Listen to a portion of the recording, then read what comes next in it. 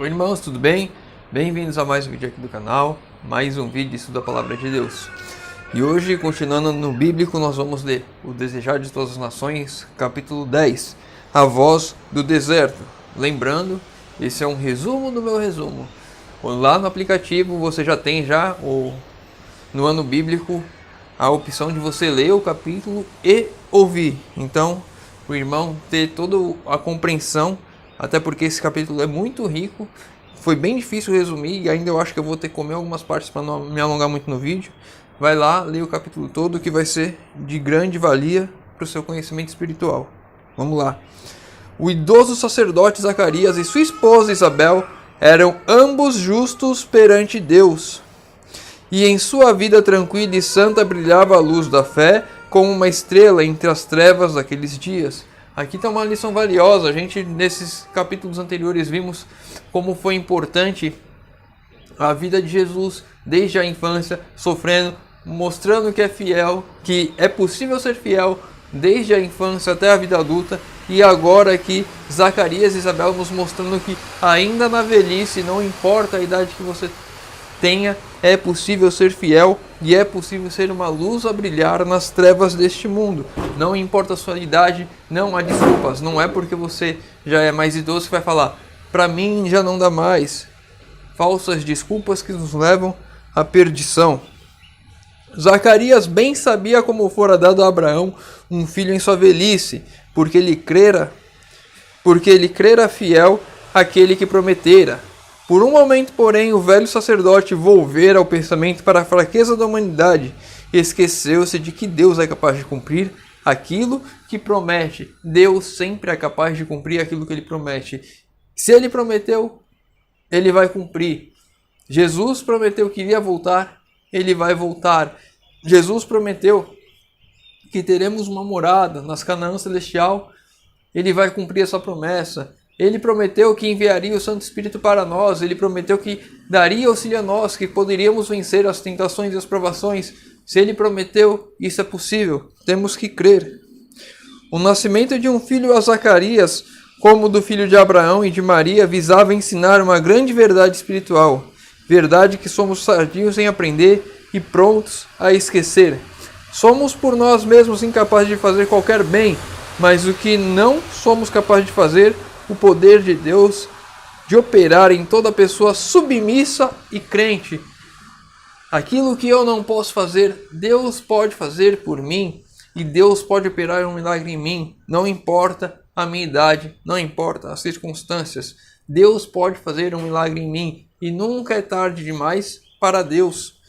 Se você viveu uma vida toda de pecados até agora, mas agora você se arrepende, Deus é fiel e justo para te perdoar os seus pecados e te dar a salvação. Deixa eu ver se é isso mesmo. Aqui. Por meio da fé foi dado o Filho da promessa. Mediante a fé é gerada a vida espiritual e somos habilitados a realizar as obras de justiça. Por meio da fé somos habilitados a realizar obras de justiça.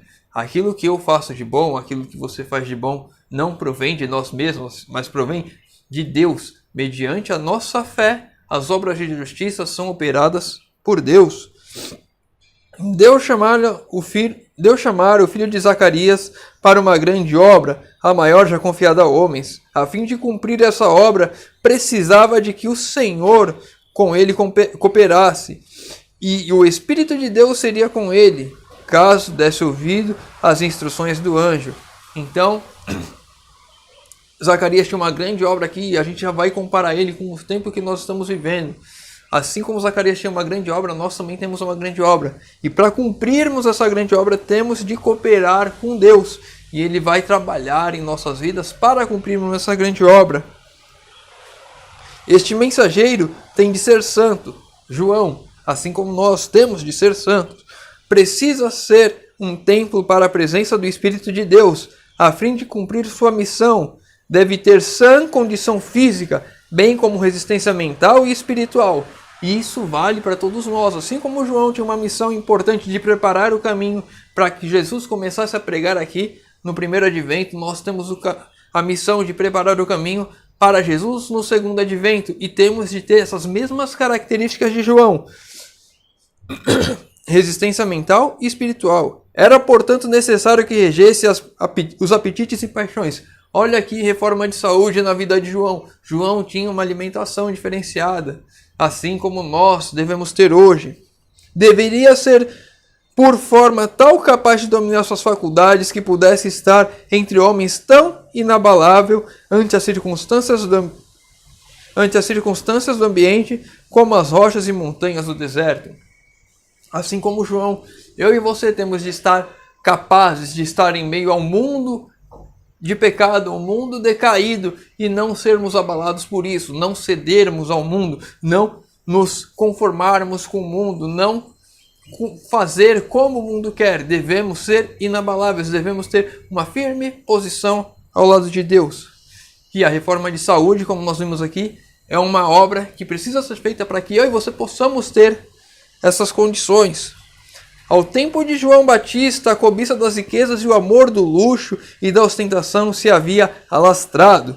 Os prazeres sensuais, banquetes e bebidas estavam causando moléstias e degeneração física, amortecendo as percepções espirituais e insensibilizando ao pecado. Parece que estamos falando do mundo de hoje. Hoje, tudo que a gente vê é a comilança, é a depravação sexual, são as bebidas, cada vez uma bebida nova, cada vez algo diferente. Tudo destruindo e degenerando a raça humana.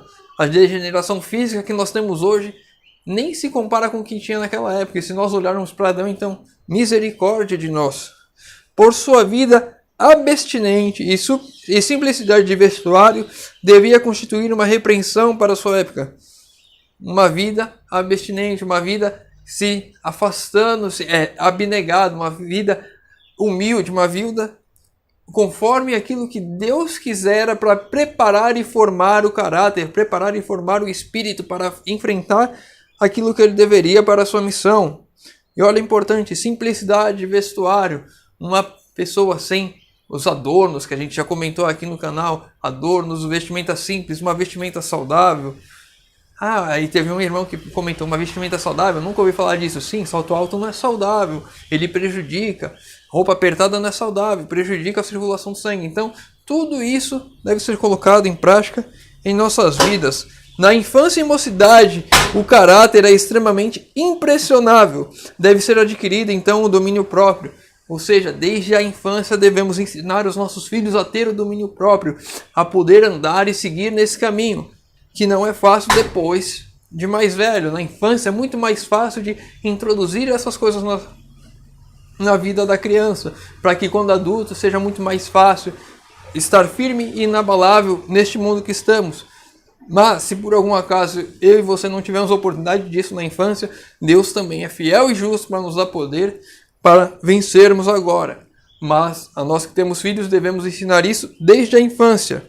Exerce-se no círculo da família, ao redor da mesa, influências cujos resultados são duradouros como a eternidade. Então é no lar, é na família que vamos causar influência aos nossos pequenos, para que essa influência seja vista durante toda a eternidade. Preparando o caminho para o primeiro advento de Cristo, era representante dos que têm de preparar um povo para a segunda vinda do nosso Senhor. João era um representante nosso. A mesma obra que ele fez para a primeira vinda, nós devemos fazer para a segunda vinda. O mundo estava entregue à condescendência com as próprias inclinações. Está cheio de erros e fábulas. Multiplicam-se os ardis de Satanás para a destruição. Todos quantos querem aperfeiçoar a santidade do temor de Deus têm de aprender as lições da temperança e do domínio próprio. Reforma de saúde. Todos aqueles que querem preparar o caminho para a segunda vinda de Jesus têm que fazer a reforma de saúde. Os apetites e paixões devem ser mantidos em sujeição às mais elevadas faculdades do espírito. Esta autodisciplina é essencial àquela resistência mental e visão espiritual que nos habilitarão para compreender e praticar as sagradas verdades da palavra de Deus. É por esta razão que a temperança tem seu lugar na obra de preparação para a segunda vinda de Cristo. Por isso que a reforma de saúde é tão importante, por isso que devemos pregar e viver a reforma de saúde como não é feita hoje nos nossos templos, nas nossas igrejas. Muitas pessoas estão inclusive falando, isso era só uma recomendação, não era tão importante assim. É importante. Aqueles que querem estar de pé quando Cristo voltar terão feito a reforma de saúde, terão sim colocado os seus apetites abaixo do seu raciocínio, terão controlado, terão domínio próprio, serão pessoas temperantes, não serão pessoas que condescendem com aquilo que esse mundo traz. Segundo a ordem natural, o filho de Zacarias teria sido educado para o sacerdócio, a educação das escolas dos rabis. No entanto, tê-lo-ia incapacitado para sua obra. Deus não o mandou aos mestres da teologia para aprender a interpretar as escrituras. Chamou-o ao deserto, a fim de aprender acerca da natureza e do Deus da natureza.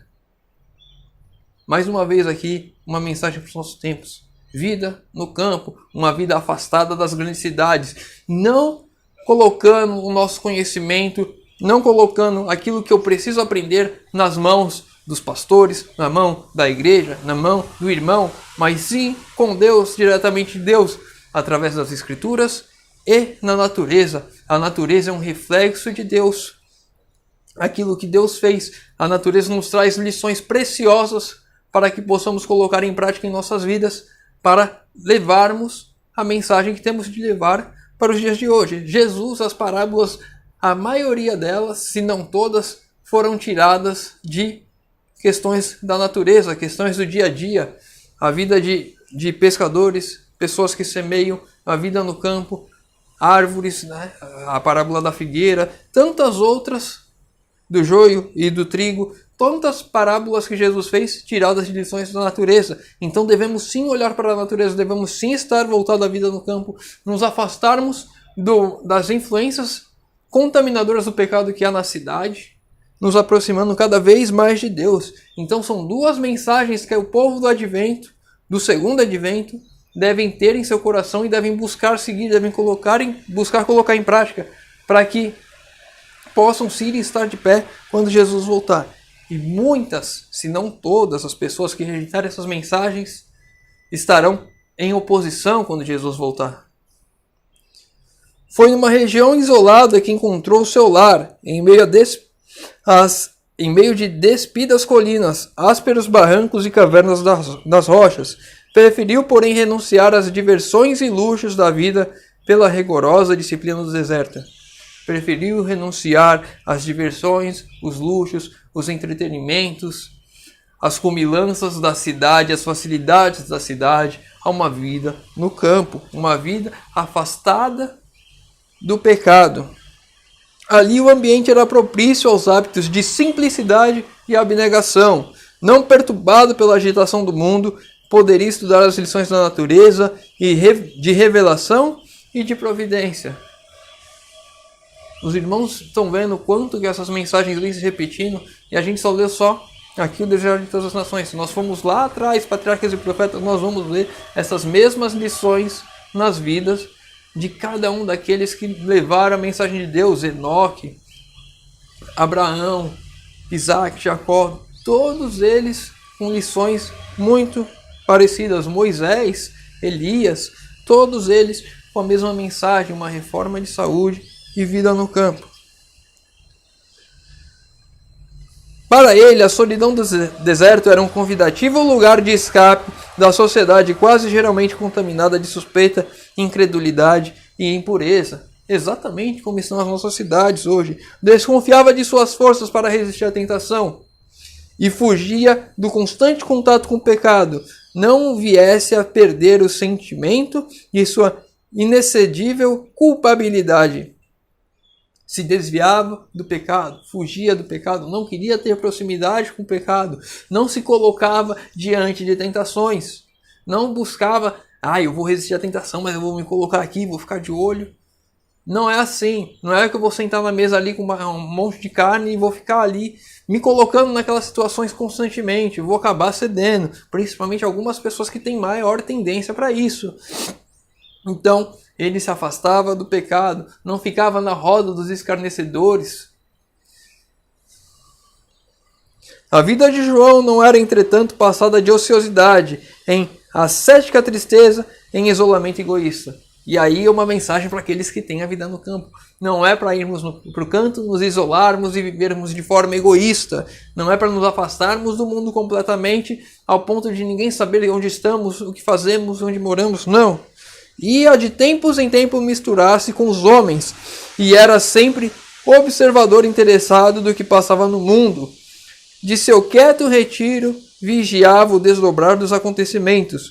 Com a iluminada visão facultada pelo Espírito Divino, estudava o caráter dos homens, a fim de saber como lhes chegar ao coração com a mensagem do céu. Então ele ia de tempos em tempos, até onde estavam as pessoas, para levar a mensagem. Aproveitava para estudar o comportamento das pessoas, para saber como levar a mensagem e atingir o objetivo de levar a mensagem do céu, para que essas pessoas aceitassem e se entregassem à mensagem que ele tinha para dar. Meditando e orando na solidão, buscava preparar-se para a obra de sua vida. Se bem que habitando no deserto não estava livre de tentações. Não é porque eu vou viver no campo que eu não vou ter tentações, eu vou ter provações. Vou ter a mesma coisa lá e talvez até mais para nos fazermos desistir. Mas estamos fazendo a vontade de Deus e Deus tem uma maior possibilidade de atuar na nossa vida, porque nós permitimos isso. Quando fazemos a vontade de Deus, Deus tem uma maior habilidade para atuar em nossas vidas, porque assim nós estamos permitindo, meditando e orando. Então, ou seja, ele estava lá no campo, mas ele meditava e orava, ele não ficava sem fazer nada ali, achando que ia estar tudo bem porque estava lá. Ele tinha que meditar, orar, vigiar, mesmo no campo, porque as tentações viriam e ele não poderia ceder. Cerrava quanto possível toda a entrada a Satanás, não obstante assaltava ainda o tentador. E as tentações ficavam vindo mais e mais fortes para fazer ele ceder. E, graças a Deus, ele não cedeu. Via seu povo enganado, satisfeito consigo mesmo e adormecido em pecados. Exatamente como nós vemos o mundo hoje. E muitas vezes, quando olhamos para a igreja, nós vemos exatamente essa situação dentro da igreja. Anelava despertá-los para a vida mais santa. A mensagem de Deus lidera, destinava-se a acordá-los da letargia e fazê-los tremer por sua grande iniquidade. Exatamente isso que nós temos que levar. O povo de Deus está adormecido, está anestesiado pelo pecado. Dentro das igrejas, vivendo uma vida rotineira de cultos, não tendo uma fé verdadeira que transforma o caráter. Devemos buscar e levar essa mensagem às pessoas que estão adormecidas.